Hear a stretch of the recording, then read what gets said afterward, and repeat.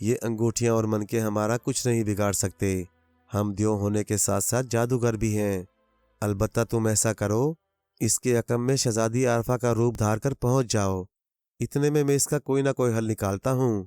شاگال دیو نے اسے حکم دیتے ہوئے کہا اور آنتی جی آقا کہہ کر غائب ہو گئی۔ جو ہی سلمان کو اپنے پیروں کے نیچے زمین محسوس ہوئی، اس نے آنکھیں کھول دیں۔ وہ ایک وادی میں کھڑا تھا جس کے چاروں طرف پہاڑ تھے۔ وادی نہایت وسیع و عریض اور کافی خوبصورت تھی۔ دور فاصلے پر ایک بہت بڑا محل نظر آ رہا تھا۔ سلمان کافی دیر تک تو آنکھیں پھاڑ کر اس وادی کو دیکھتا رہا، پھر آہستہ آہستہ وہ محل کی طرف بڑھنے لگا۔ اچانک اسے اپنے پیچھے کچھ کھٹکا محسوس ہوا۔ اس نے پیچھے دیکھنے کا ارادہ کیا، لیکن فوراً ہی اسے بزرگ بابا کی نصیحت یاد آ گئی، جنہوں نے اسے سمجھایا تھا کہ وہ ادھر ادھر نہ دیکھے بلکہ سیدھا محل کی طرف بڑھتا جائے۔ اس لیے اس نے سر کو جھٹکا اور آگے کی طرف بڑھنے لگا۔ اچانک اسے اپنے عقب سے شہزادی عارفہ کی لطیف اور میٹھی آواز سنائی دی، سلمان ادھر میری طرف آؤ۔ آواز میں اس قدر کشش تھی کہ نہ چاہتے ہوئے سلمان کی نگاہیں پیچھے مڑ گئیں۔ جہاں شہزادی عارفہ پہاڑیوں سے نیچے اتر رہی تھی، لیکن یوں لگ رہا تھا گویا وہ ہوا میں تیرتے ہوئے نیچے اتر رہی ہو، اور سلمان سب کچھ بھول کر اسے دیکھنے میں مگن ہو گیا۔ عین اسی لمحے زوردار چٹاک کی آواز آئی اور دوسرے ہی لمحے سلمان ایک پنجرے میں قید تھا۔ شہزادی عارفہ کلکاری مارتے ہوئے غائب ہو گئی اور سلمان سمجھ گیا کہ اسے باقاعدہ منصوبے کے تحت پھنسایا گیا ہے۔ اب اس کے سامنے پنجرے کی رسی تھامے شاگال دیو کھڑا تھا، انتہائی خوفناک اور بدصورت دیو، جس کے چہرے پر لمبی لمبی بدنما مونچھیں تھیں، سر پر لمبے لمبے بالوں کی چوٹی تھی، دو نوکیلے دانت باہر نکلے ہوئے تھے، کانوں میں سونے کے بالے تھے، جبکہ ہاتھوں اور پیروں میں سونے کے کڑے تھے۔ وہ پاؤں سے ننگا تھا، جبکہ اس کا پورا جسم انتہائی سرخ رنگ کا تھا، جیسے اس کے جسم پر باقاعدہ روغن کیا گیا ہو۔ یہ آدم ذات بنا تو دیکھو، مکھی سے بھی زیادہ حقیر ثابت ہوا ہے، شاگال دیو نے کہکا لگاتے ہوئے کہا اور پنجرے کو گھسیٹنے لگا۔ سلمان کے ذہن میں فوراً ہی ایک ترکیب آئی۔ پھر جو ہی پنجرا شاگال دیو کے قریب ہوا، سلمان نے لباس کی جیب سے منکا نکالا اور پنجرے سے ہاتھ نکال کر اس منکے کو شاگال دیو کے جسم سے پوری قوت سے رگڑ دیا۔ شاگال دیو کو زوردار جھٹکا لگا اور وہ اچھل کر دور جا گرا۔ اس کے ساتھ ہی پنجرا غائب ہو گیا۔ اب وہ زمین پر آزاد کھڑا تھا۔ اس نے انتہائی پھرتی سے لباس کے اندر چھپی ہوئی تلوار نکال لی۔ او یار آدم ذات بونے، تم نے میرا جادو ختم کر دیا، لیکن تم مجھ سے بچ کر جاؤ گے کہاں؟ شاگال دیو نے چیختے ہوئے کہا، اور اس کے ساتھ ہی وہ سلمان پر جھپٹ پڑا، لیکن سلمان غوطہ لگا کر ایک طرف نکل گیا۔ شاگال دیو ایک بار پھر جھپٹا اور سلمان نے پھر سے تلوار کا وار کر دیا، جس سے شاگال دیو کا ایک ہاتھ کٹ کر دور جا گرا۔ اس نے چنگاڑ ماری اور جنونی انداز میں سلمان پر جھپٹا۔ اس مرتبہ سلمان کو غوطہ لگانے کا موقع ہی نہ ملا۔ شاگال دیو عین اس کے سر پر پہنچ گیا تھا۔ سلمان جلدی سے نیچے بیٹھ گیا۔ شاگال دیو تیزی سے اس پر جھکا۔ عین اسی لمحے سلمان نے تیزی سے تلوار سیدھی سر سے اوپر کھڑی کر لی اور تلوار تیزی سے شاگال دیو کے پیٹ میں گھستی چلی گئی۔ اس نے خوفناک چنگاڑ ماری اور اس کے پیٹ سے خون فوارے کی طرح ابلنے لگا۔ شاگال دیو جو غصے سے پاگل ہو چکا تھا، وہ پوری شدت سے منہ کے بل گر گیا اور تلوار جو ابھی تک اس کے پیٹ میں گھسی ہوئی تھی، گرنے کی وجہ سے اس کے جسم کو چیرتے ہوئے پشت کی طرف سے باہر نکل آئی۔ شاگال دیو کے منہ سے اتنی خوفناک چنگاڑ نکلی کہ اس سے پوری وادی لرز اٹھی۔ پھر سلمان نے اسے اٹھنے کا موقع ہی نہ دیا اور بڑے بڑے پتھر اٹھا کر اس نے شاگال دیو کے سر پر مارنا شروع کر دیے۔ چند ہی لمحوں میں شاگال دیو کا سر پھٹ گیا، یہاں تک کہ شاگال دیو ساکت ہو گیا اور اس کی روتی ہوئی آواز فضا میں گونجی، میں جادوگر دیو شاگال تھا، سلمان نے چلاکی سے میرا خاتمہ کر دیا۔ اس کے ساتھ ہی ایک بار پھر دھماکہ ہوا اور شاگال دیو کا محل غائب ہو گیا۔ جب دھول چھٹی تو شہزادی عارفہ وادی میں کھڑی حیرت سے پلکیں جھپک رہی تھی۔ سلمان کو دیکھتے ہی وہ بے تحاشا دوڑتی ہوئی اس کے پاس آ گئی اور جب سلمان نے اسے سارے واقعے کی تفصیل بتائی تو وہ بے حد خوش ہوئی۔ پھر سلمان نے شہزادی کا ہاتھ تھام کر اسے آنکھیں بند کرنے کو کہا اور ہاتھ میں پہنی ہوئی انگوٹھی کو حکم دیا کہ انہیں شاہی محل میں پہنچا دیا جائے۔ چند ہی لمحوں بعد وہ شاہی محل کے دربار میں موجود تھے۔ پیروں تلے زمین محسوس ہوتے ہی دونوں نے آنکھیں کھول دیں۔ جب بادشاہ سلامت کو ان کی آمد کی خبر ملی تو وہ دوڑتا ہوا آیا اور سلمان کو گلے لگا لیا۔ پورے ملک میں سلمان کی بہادری اور عقل مندی کے چرچے ہونے لگے۔ اب بادشاہ کو اپنے اعلان کے مطابق وعدہ پورا کرنا تھا۔ چنانچہ شہزادی عارفہ اور سلمان کی شادی کر دی گئی۔ شہزادی عارفہ اور سلمان خوش تھے، بے حد خوش۔ بادشاہ سلامت چونکہ بوڑھے ہو چکے تھے اس لیے انہوں نے تاج و تخت سلمان کے حوالے کر دیا۔